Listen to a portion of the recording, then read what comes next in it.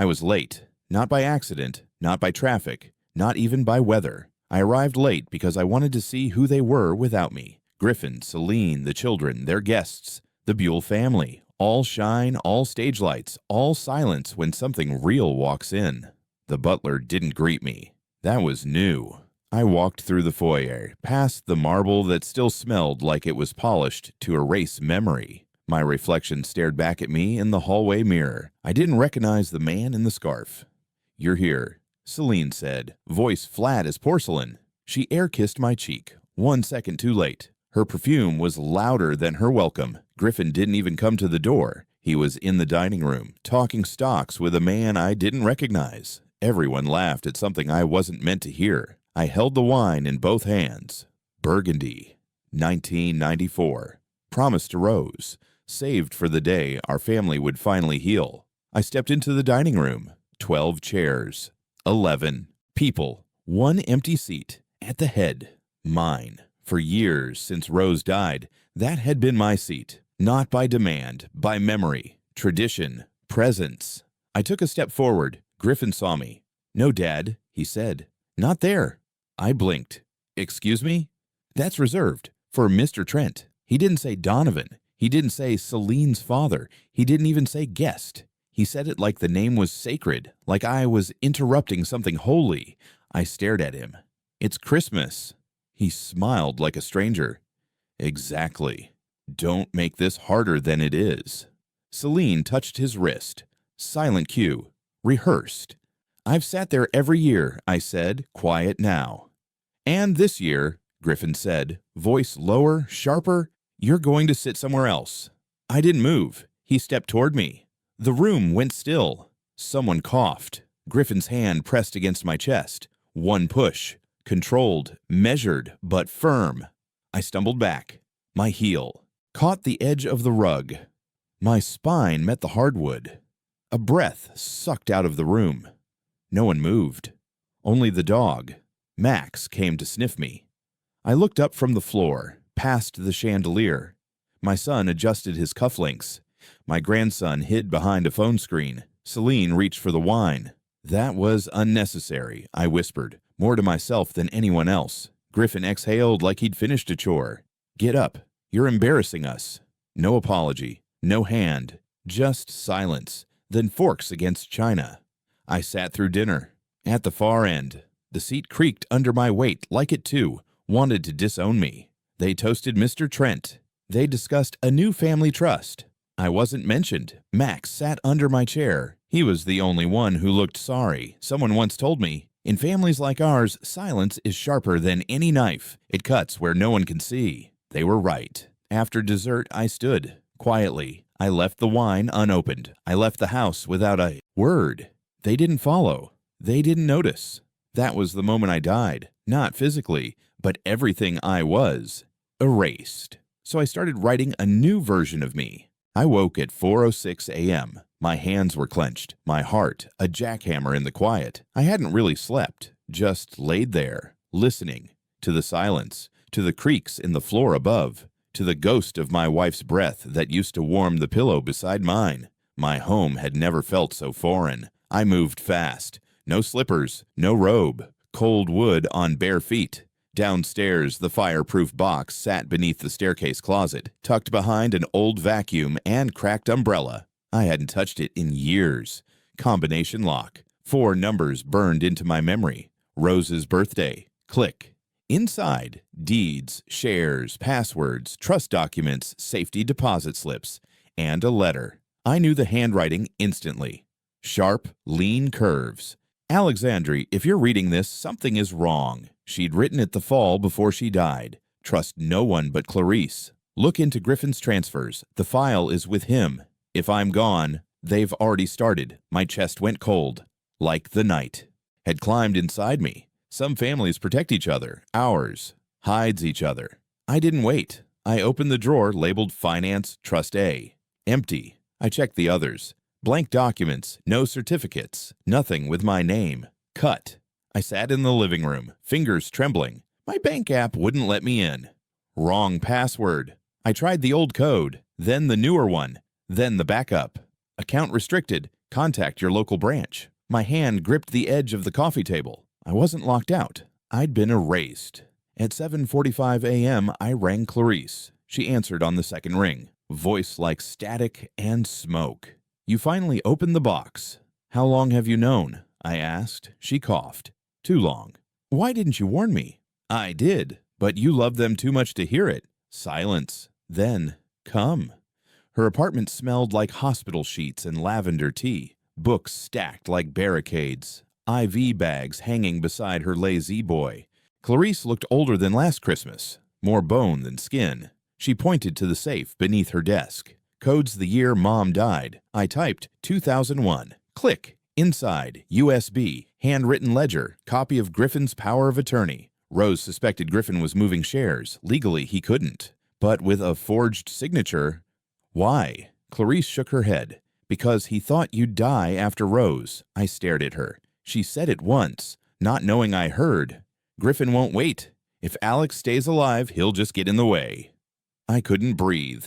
Families don't shatter all at once. They crack. Hairline fractures.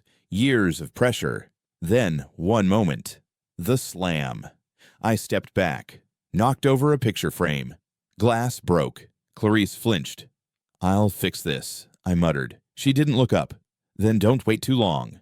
Back home. Curtains drawn, phone off, USB in, encrypted. Rose had left a password hint. Where it began. My first book. Publication year. It unlocked. Inside, scans of documents, voice memos, screenshots, and one email thread. Subject, Buell Holdings, Trust Restructure. From Griffin to Celine attached a PDF titled Final Transfer, a Buell Removal. His words, Dad won't notice. He's sentimental, not strategic. Donovan says once it's done, there's no way to reverse it without triggering investigation. We just need him quiet for 3 more months. After that, he disappears. I leaned back, laughed. One sharp, dry bark. Then I cried. Only once. One tear. That was it. Then I wiped it away and said aloud, to no one. The worst lies aren't the ones we tell others. It's the ones we tell ourselves while looking in the mirror. I opened the voice file. Rose's voice. Soft. Measured. If you're hearing this, they've already turned on you. Griffin is not alone. Donovan is behind this. They need the trust for something darker. Something they won't survive if exposed. I paused the file. The room seemed colder. Outside, a car idled. Too long. I looked through the blinds. Black sedan. No plates. They knew. I opened the hall closet, pulled the small duffel from the back. Old burner phone. Keys to the safe deposit box. The one in Stamford Rose opened under her maiden name. I took a breath. Lit a match. Burned the printed emails. Every page turned to ash. Blackened corners folding like wounded wings. They'd stolen my legacy. But now they'd triggered something they couldn't control. I opened the door. Wind hit me hard. The night was just beginning. I opened the file, and my son's smile vanished from my memory forever. I didn't drive straight to Stamford. I looped twice. Back roads, headlights off, then on. A left where no one would expect it. A right just to feel the tires bite. The black sedan stayed behind me for 3 turns, then vanished. That was worse. I parked under the AMC garage near the old courthouse. Public space, cameras, people.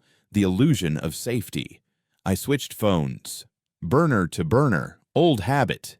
You don't survive academia, donors, and quiet wars without learning when to disappear. Rose used to say, the most dangerous moment isn't when you're attacked. It's when you realize someone's been planning longer than you.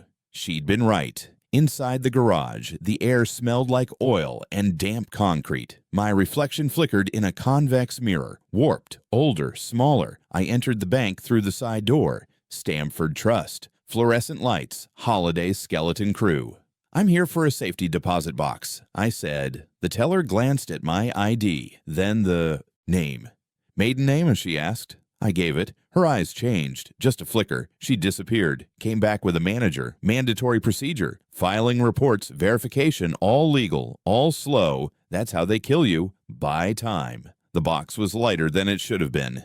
Inside, copies. Not originals. Someone had been there first. I smiled anyway, because thieves are lazy. They take what looks valuable and leave what they don't understand. At home, I laid everything out. Kitchen table, harsh light, no wine, no sentiment. The USB again. I listened deeper this time, past the first layer, metadata, timestamps, patterns.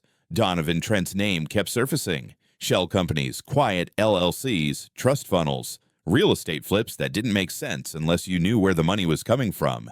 From us. From my wife's clean legacy. My phone vibrated. Unknown number. I didn't answer. Voicemail. A man's voice. Calm. Almost bored. You're asking. Questions you shouldn't, Alexandre. This doesn't end well for people your age. I deleted it, then restored it, then forwarded it, because intimidation only works if you stay alone. Cut. I met Nolan at a diner off Route 15, booth in the back, coffee burnt, eyes always moving. He used to be my grad student, investigative journalism, now freelance, dangerous. Donovan Trent, he said quietly. You sure? I'm past sure. Nolan leaned back. If you're right, this isn't just family drama. This is federal. I know. You ready for what that means? I thought of the table, the push, the silence. Some people mistake kindness for blindness, I said. They forget it's often a choice. Nolan slid a manila folder across the table. He's been flagged before. Nothing stuck. Too clean, too connected. Then we don't go loud, I said. We go precise. Cut. When I got back, the front door was unlocked. I never leave it. Unlocked. The house smelled wrong. Not smoke. Not gas. Something metallic. Like cold coins. I didn't call out. I stepped in. The living room looked untouched until I noticed the photo frame turned upside down. Rose's face staring into the table. A message. I moved fast. Bedroom, closet, desk. Nothing stolen. Everything shifted. My laptop had been opened. Closed. A fingerprint smudge on the screen that wasn't mine. They wanted me to know. Fear's most effective when it announces itself politely. I sat on the bed. Heart loud, breathing shallow. Another thought surfaced. One Rose used to whisper when grants fell through or enemies smiled too hard. If someone wants you afraid, it's because they're not done yet. I wasn't done either. I opened a new folder, labeled it Nothing, just a dot. I began copying everything. Dates, names, connections. Griffin wasn't the brain. He was the door. Donovan was the house. And houses can burn. My phone buzzed. Again, this time a text. Don't make this public. It's not too late. I typed back 3 words. It already is. I shut off the lights, sat in the dark, listened. Somewhere outside, tires rolled slowly past the house, then stopped. I didn't move because I finally understood the truth Rose died holding. He didn't just steal my seat at the table. He stole my wife's last breath. The restaurant was too public. That was the point. Cameras above the bar, waitstaff within earshot, holiday couples at every table, buzzing with quiet tension, their wine-red voices low and sharp. I chose a table near the windows, my back to the glass. My coat open, no wires visible, but one was sewn into the seam. Nolan was watching.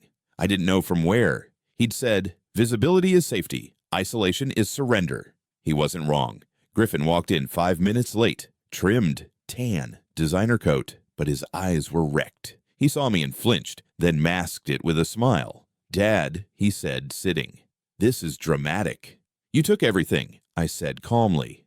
This is restraint. His jaw flexed. A waiter approached. Griffin ordered a glass of Tempranillo. I asked for hot water. You've been digging, Griffin said, voice low. Rose's files. Clarice, the archive.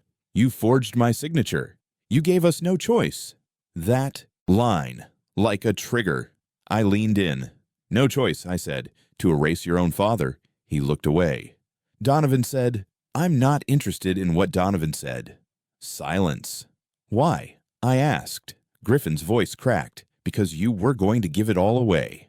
All of it. Foundations, charities, scholarships. You didn't understand legacy. I laughed, sharp, hard. Legacy isn't a bank account. He glared. It is, if you're the one left cleaning up after it. That's why you sold the trust. He paused. Didn't deny it. I pushed the folder across the table. Scans. Transfers. Faked notaries. He froze. Then reached. Too quickly. 2 men entered. dark suits, no coats, eyes like airport security. One leaned close to Griffin, whispered, "You're talking too much." Griffin's hand trembled. I stood. "Don't," one of them said. Too late. I moved, knocked the table. Water spilled. Griffin shouted, "Don't hurt him." I was already running. Kitchen, steam, knives, cooks yelling. I pushed through a swinging door, out back, alley. I slipped, snow, oil, footsteps behind. A hand grabbed my coat. I twisted, slammed an elbow into his ribs. He stumbled. I ran. Another block, lights ahead. Then a car screeched sideways, blocking the alley. Door flew open. Nolan, get in. I dove. The door slammed. Tires screamed. We tore through the street, red lights behind us. "Jesus, you don't slow down," Nolan said, hands shaking. "Do we have it all?" He nodded. "Enough to burn down 10 careers." "Press?" He tossed me a burner phone. 3 reporters on standby. "But you're not going to like what I heard." "Try me." "Donovan's under federal surveillance. Quiet op. Money laundering. Political bribery. But they're waiting." "For what?" "For someone to slip. Someone expendable." "Griffin. Or you." I looked out the window. "Sometimes," I said, "families don't collapse. They rot from the inside until someone kicks the door and everything spills out." Nolan didn't respond, because he knew. They're not just watching us. They're waiting for us to slip. The restaurant was too public. That was the point. Cameras above the bar, waitstaff within earshot. Holiday couples at every table, buzzing with quiet tension, their wine-red voices low and sharp. I chose a table near the windows, my back to the glass. My coat open. No wires visible, but one was sewn into the seam. Nolan was watching. I didn't know from where. He'd said, "Visibility is safety. Isolation is surrender." He wasn't wrong. Griffin walked in 5 minutes late, trimmed, tan, designer coat, but his eyes were wrecked. He saw me and flinched, then masked it with a smile. "Dad," he said, sitting. "This is dramatic." "You took everything," I said calmly. "This is restraint." His jaw flexed. A waiter approached. Griffin ordered a glass of Tempranillo. I asked for hot water. "You've been digging," Griffin said, voice low. "Rose's files. Clarice. The archive. You forged my signature. You gave us no choice." That line, like a trigger. I leaned in. "No choice," I said, "to erase your own father." He looked away. Donovan said, "I'm not interested in what Donovan said." Silence. "Why?" I asked. Griffin's voice cracked. "Because you were going to give it all away. All of it. Foundations, charities, scholarships. You didn't understand legacy." I laughed, sharp, hard. "Legacy isn't a bank account." He glared. "It is, if you're the one left cleaning up after it. That's why you sold the trust." He paused. Didn't deny it. I pushed the folder across the table. Scans. Transfers. Faked notaries. He froze. Then reached. Too quickly. 2 men entered. Dark suits, no coats. Eyes like airport security. One leaned close to Griffin, whispered, "You're talking too much." Griffin's hand trembled. I stood. "Don't," one of them said. Too late. I moved, knocked the table. Water spilled. Griffin shouted, "Don't hurt him." I was already running. Kitchen, steam, knives, cooks yelling. I pushed through a swinging door, out back, alley. I slipped, snow, oil, footsteps behind. A hand grabbed my coat. I twisted, slammed an elbow into his ribs. He stumbled. I ran. Another block, lights ahead. Then a car screeched sideways, blocking the alley. Door flew open. Nolan, get in. I dove. The door slammed. Tires screamed. We tore through the street, red lights behind us. "Jesus, you don't slow down," Nolan said, hands shaking. "Do we have it all?" He nodded. "Enough to burn down 10 careers." "Press?" He tossed me a burner phone. 3 reporters on standby. "But you're not going to like what I heard." "Try me." "Donovan's under federal surveillance. Quiet op. Money laundering. Political bribery. But they're waiting." "For what?" "For someone to slip. Someone expendable." "Griffin. Or you." I looked out the window. "Sometimes," I said, "families don't collapse. They rot from the inside until someone kicks the door and everything spills out." Nolan didn't respond, because he knew. They're not just watching us. They're waiting for us to slip. Christmas night. I wore black. Not for mourning, for war. The Buell estate glowed like a pageant stage, white lights and rigid symmetry, lanterns along the path like paper judges. Inside, warmth, music, the gentle clatter of curated joy. The same room, same table, same chair. Still mine, still empty. They didn't notice me walk in. Not at first. Then silence. Forks paused, eyes widened. Celine dropped a flute of champagne. It shattered like punctuation. Donovan stood. "You're trespassing." I smiled. "I brought a gift." I walked to the wall-mounted projector, slid a USB from my coat, plugged it in. It beeped, then played. First, Griffin's emails, voiced over, synced to dates, accounts, and bank codes. Then, audio of Donovan, crisp, triumphant. "The old man won't survive the shock. Let him rot. He's history." Face is drained. Celine whispered, "Turn it off." But it was too late. The door burst open. FBI. 3 agents, tactical vests. Orders shouted. Donovan tried to stand. Too slow. Griffin backed into the corner. "I didn't know." I turned. "No, son, you knew. You just didn't care." They cuffed Donovan first. He didn't fight, just looked at me. "You're not your wife," he spat. "No," I said. "I'm worse. I lived." Griffin cried. I didn't move. Celine screamed as agents pulled phones and tablets from drawers like weapons. "Financial crimes don't hide behind garlands," one of them said. Outside, lights flashed red and blue. Neighbors stared from behind curtains. I walked to the dining table, to the chair. My chair. I picked it up, walked it outside, onto the snow, poured lighter fluid, lit a match. The flames rose like judgment. The wood cracked, split, collapsed. Behind me, footsteps. Nolan, watching. "You okay?" he asked. "No." I didn't blink. "But I'm clean." He nodded. "They'll talk," he said. "I know." "And your name?" They erased it. I carved it back. A pause. Then, "What now?" I looked at the ash. "Now," I said, "I teach them something my family forgot. Legacy isn't inherited. It's earned." We stood in silence as the snow fell harder. Embers hissed. Wind carried smoke up into the black. "If I can't have a place in this family, I'll make sure no monster ever does."